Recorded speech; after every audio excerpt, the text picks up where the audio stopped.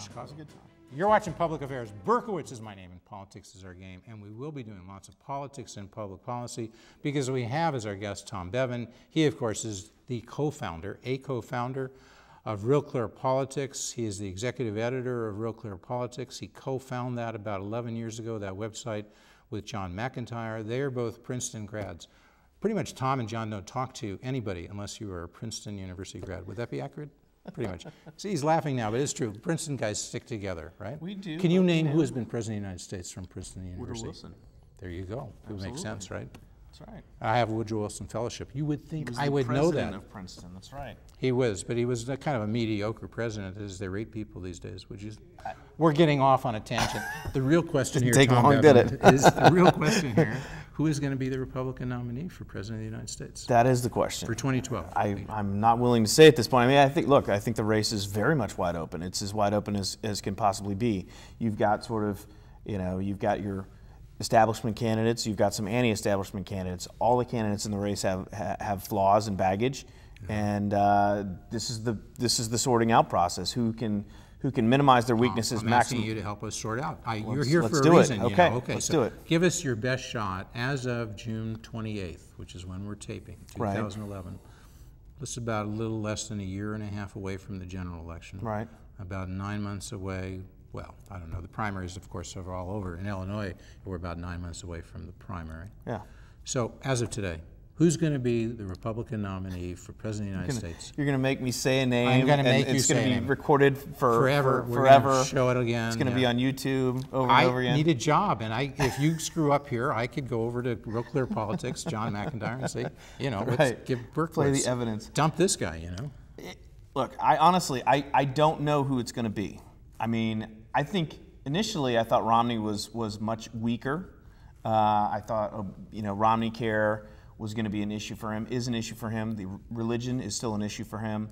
But I think he's actually perhaps looking a bit stronger than initially thought. He absolutely has the fundraising chops to get this done, which some of these other folks don't. And he has the money, excuse me, but doesn't he have a net worth of about $500 million? Sure, but he also has, he has the... Aside from that, but if he decided to put in $200 million, that on its own is I think he put in $40–50 million last time.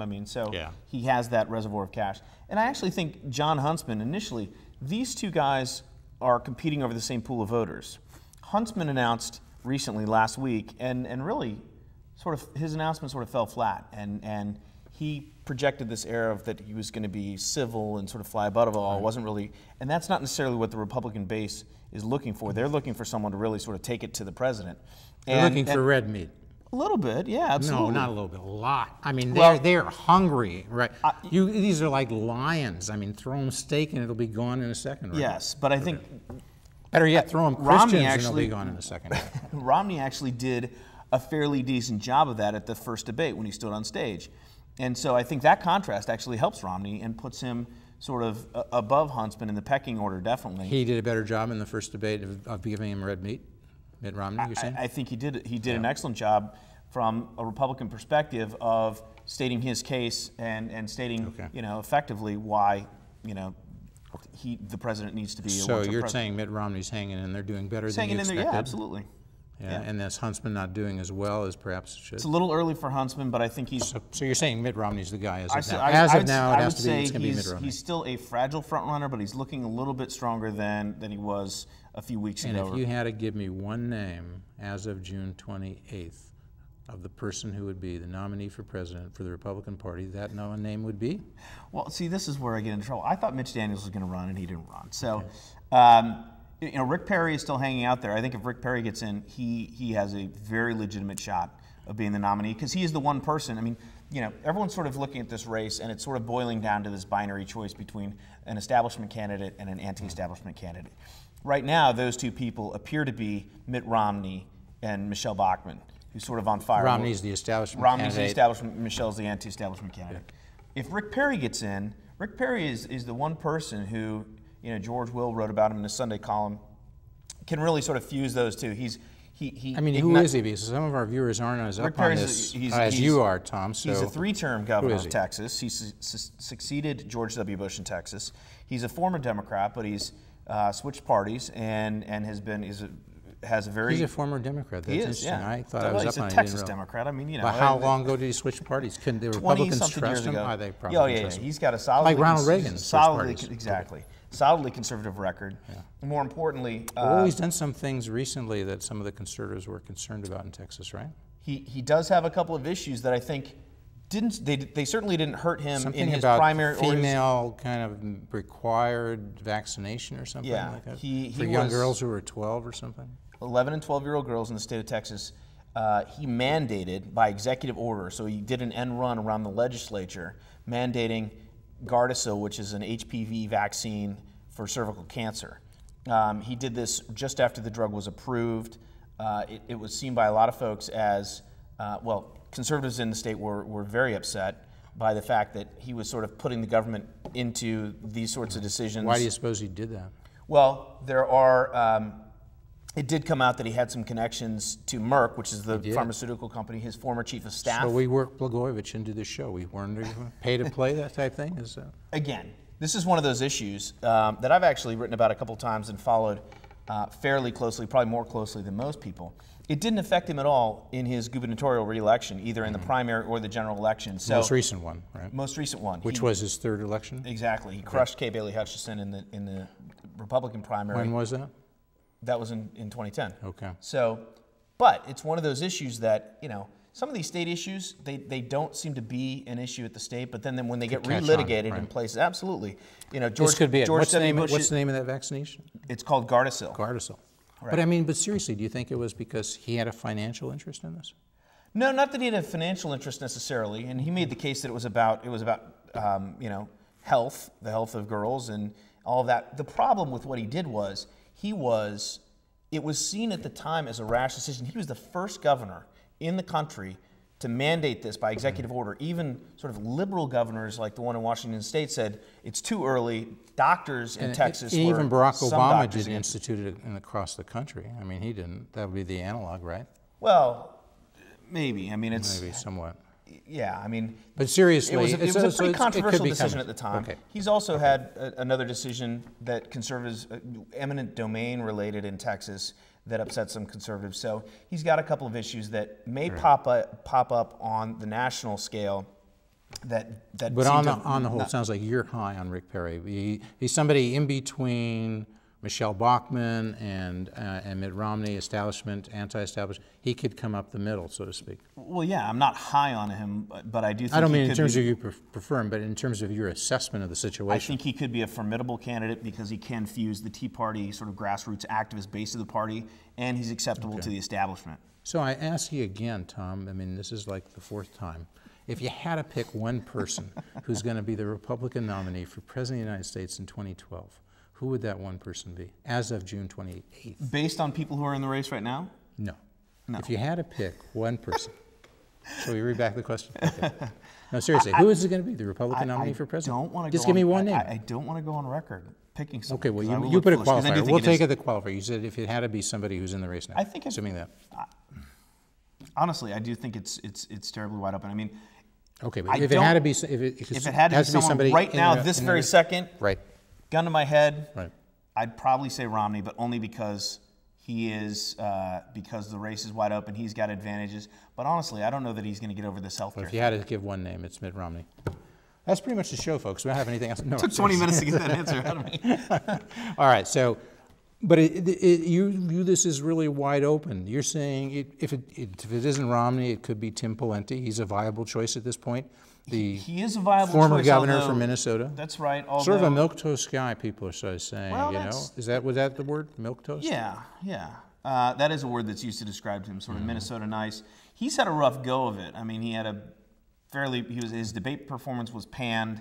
He didn't attack Romney on healthcare. He did the day before the debate. Why would he not attack Romney after he did the day before? I mean, the rationale was that this was his first real sort of introduction on a national scale to voters. Yeah, exactly. But the opposite. Really dumb. People who advise people like that should be taken out to the woodshed and then gone forever. Don't you agree? Tom, if you know this stuff, if you were given advice, would you ever advise Tim Pawlenty to do that? Never. In this kind of situation? No, okay. absolutely. I mean, so if you're going to make that comment, it was much more damaging to him to not attack Romney and look weak than it would have been for him to attack Romney in person. So this shows he may have been doing a poor job of selecting people around him, or he did a poor job in selecting among options.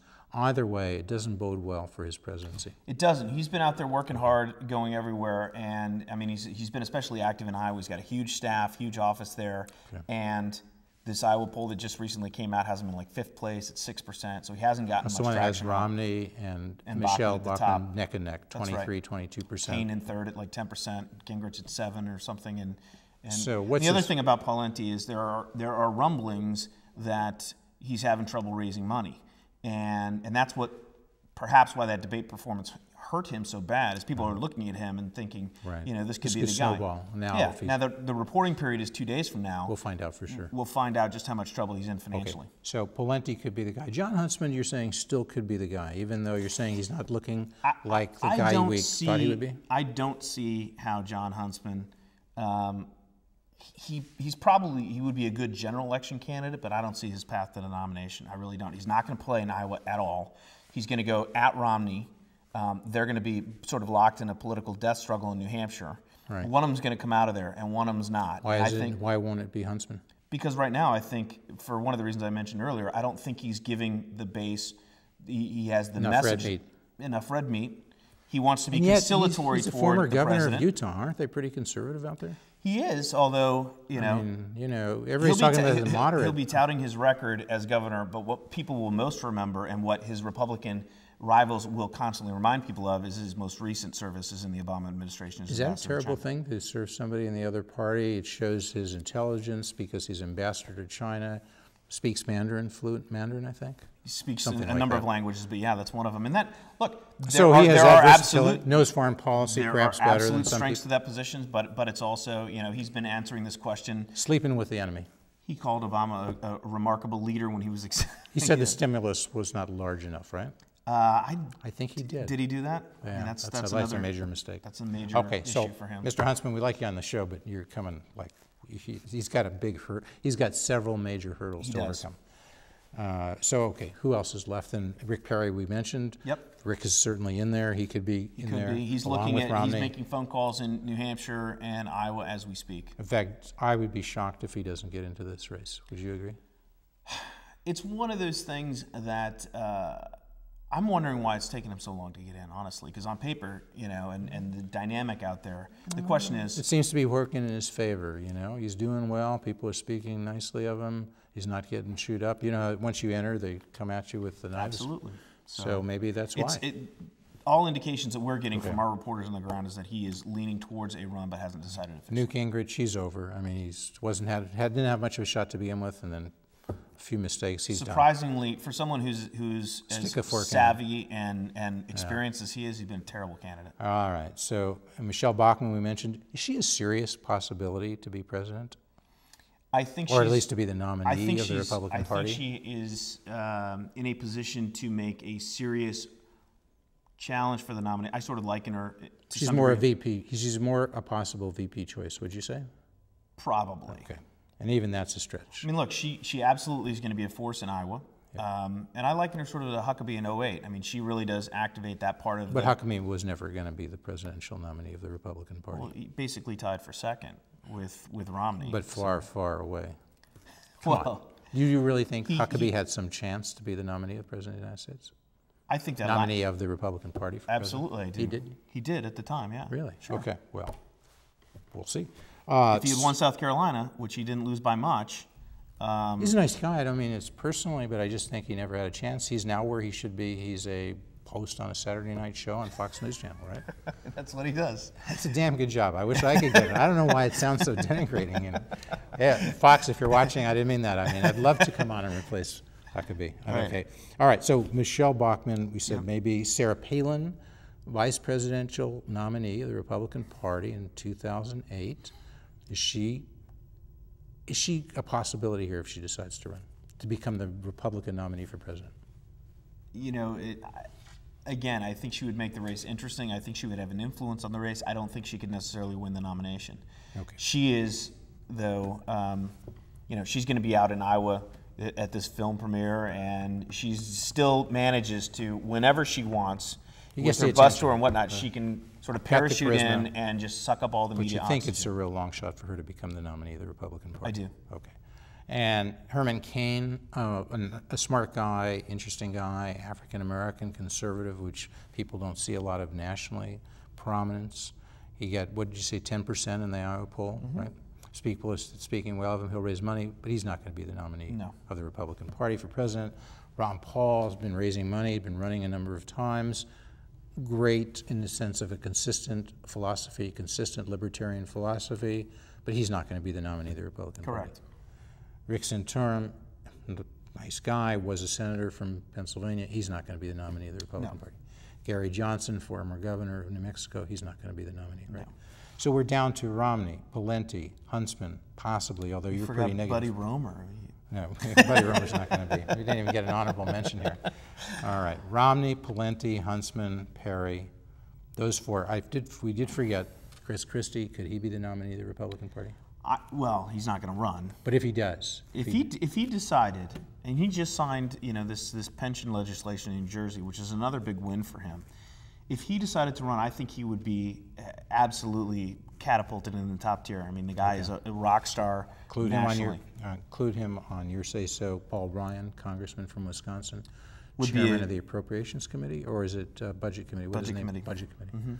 Would and big author of Medicare reform and so forth. Is he a possible candidate as Republican nominee? I don't think he's going to run. He's expressed no interest. If he decided to run. If he decided to, sure, he's absolutely. All right. So we can say, you could say, at least of the people who've announced they might run or be thought to be running, people are, even if they haven't announced it, of all of those folks, there are 6 possibilities for the Republican nominee for President of the United States. Mitt Romney, Tim Pawlenty, former governor or current governor of Minnesota. Former governor of Minnesota. Mitt Romney, of course, former governor of Massachusetts. John Huntsman, former governor of Utah. Rick Perry, current and former governor, current governor of Texas. And then Chris Christie, current governor of New Jersey. Paul Ryan, congressman of Wisconsin. So what do we got there? We got 1, 2, 3, 4, 5 governors or former governors. What does that say? And one guy who's congressman. We haven't had a congressman become president of the United States since? I think it's only happened once, and it was a long time ago. Millard Fillmore or something like that. I mean, it's history is against him. Is absolutely against him. All right, so we've got that, and of those folks that we've mentioned, is there anybody who's a nightmare opponent to Obama? Anybody who, David Axelrod, do you think, and we hope to have David on the show, so we'll ask him directly, but anybody who David Axelrod has kept awake at nights worrying about as a opponent to Barack Obama? Probably, well, I think Romney probably would be a decent general election candidate. Look, any of these folks, nobody stands out as really worrisome. I think they all have about the same chance. They really all have the same chance of beating Obama? I would say when we get into the general election, this is going to be a referendum on Obama. Absolutely, where the economy is. Is it pretty much the economy? It's the economy stupid? A repeat of 1992 of Clinton and George Herbert Walker Bush? It's the economy, and it's also sort of the size and scope of government, of regulation. So it's related to job creation. Tea Party's really had an effect. That thing that people were running on in 2010, size and scope of the federal government, what the Tea Party would view as oppressive high taxes, cutting spending, cutting taxes, cutting back on government. That was the Tea Party creed sort of for 2010. That's now become a significant part of the national election. Absolutely. Okay. Yeah. And honestly, it is, I think social issues are still out there in the background, but are going to play a much smaller. Foreign policy, does that matter? Foreign policy, I think, is going to, it will play. I mean, Tim Pawlenty sort of went against the grain today and gave the speech where he sort of called Obama's foreign policy a failure, but was also knocking some of this, he's taking sort of the McCain, Lindsey Graham, strong military defense interventions. Yeah, and basically calling other folks isolationists now, like Mitt Romney and John Huntsman, who've expressed sort of this desire that we can't do everything. We can't be the world's policeman. Exactly. And Barack Obama spoke recently when he spoke on the speech just a week ago. We're taping this on the 28th. talking about a responsible end to the wars in Iraq and Afghanistan, he doesn't use the word victory or win. Right.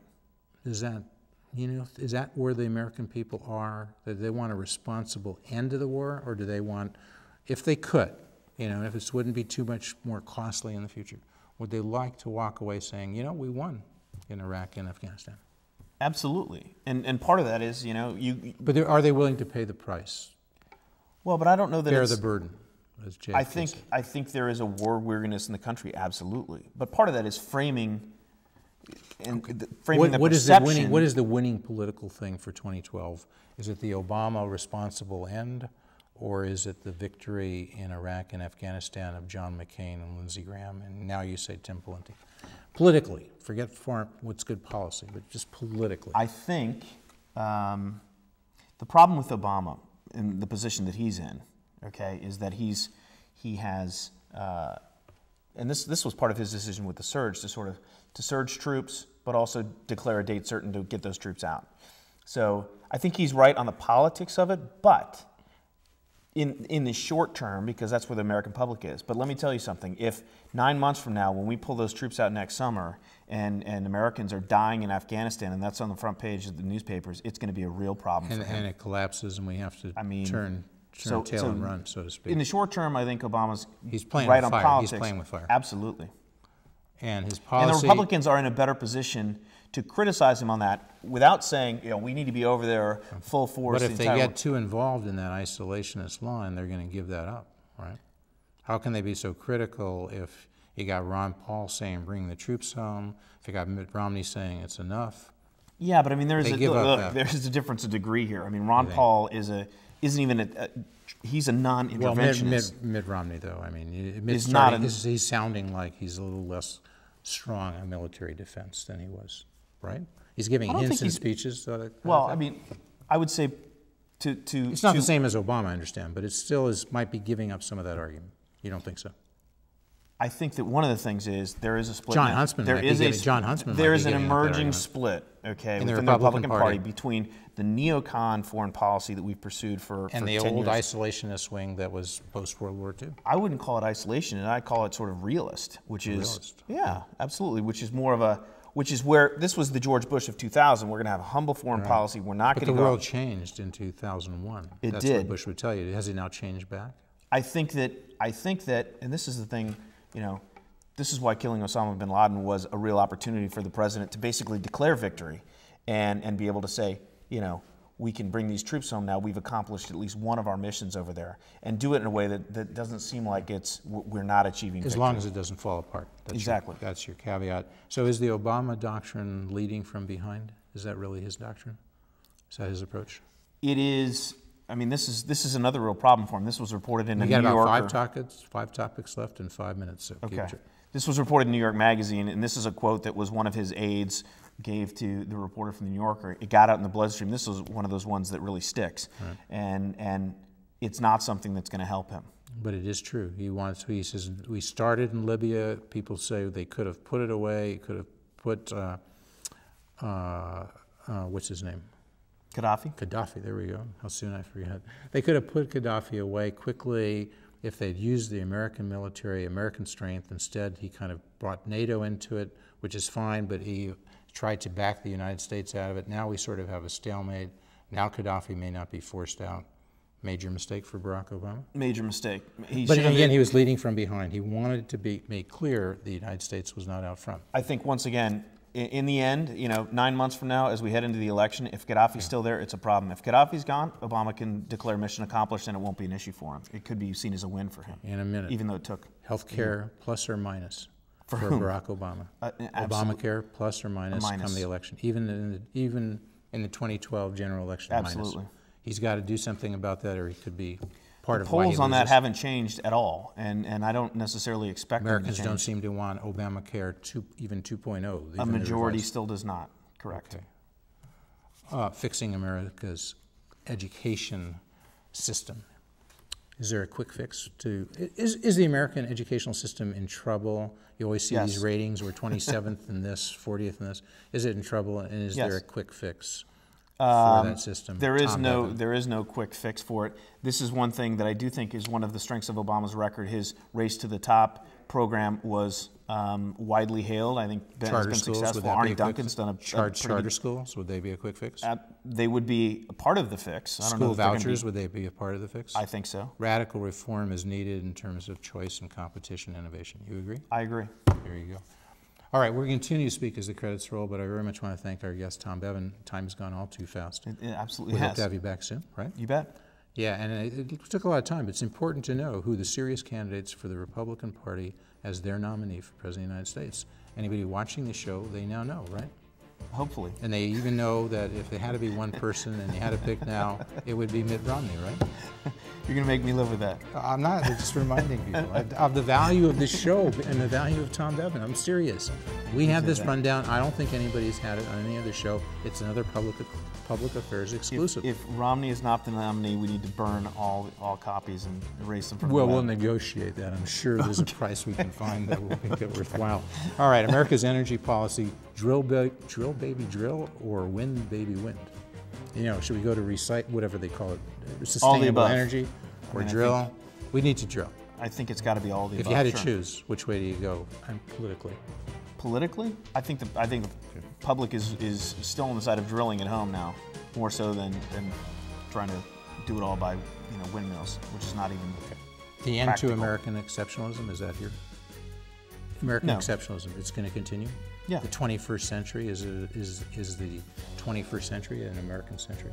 I think there could be. I mean, certainly as a country we're feeling like we're in decline. I think there could be a revival, and there are reasons to keep America strong throughout the 21st century. Sure. Are the media biased to the left, and why would that be? I think it depends on who you're talking about, obviously. Well, Tom, in a general sense, are the media biased to the left? I think there is. Well, I definitely think there is a groupthink in the media that emanates from folks, inside that sort of Washington culture. ABC, NBC, CBS, MSNBC, CNN. If you had to say, you would say they're left of center, right? I would say, well, MSNBC only Fox is right of center. Everybody, MSNBC may be the strongest counterpart to Fox, but the others are left of center. Again, it depends. I don't want to, paint Real too broad Clear of a brush. Politics is Real Clear Politics, the white line down the middle of the road, or are you folks right of center? We try to be. I mean, we're one of the few operations out there that really makes a concerted effort. We didn't talk enough about Real Clear Politics. You can find that on www.realclearpolitics.com. Real Clear Politics, Real Clear Religion, Real Clear Sports, Real Clear Markets. What do we do? World. Science. If you got to find out something quick about any of those topics, you go there. You can read articles from the left, on the right, and the center. You can see quick videos from Meet the Press, from This Week with, what's her name, Christina, whatever. Amanpour. There you go. He's got it right on there. So seriously, Get folks, the latest polls, if you haven't spent enough time with realclearpolitics.com, and I mean this very seriously, and Tom is right here, but even if you weren't, I would say it's the best place you can go to just get a worldview that's balanced. The site is designed to be both national view that's balanced. It can be a cheat sheet that gives you sort of the land.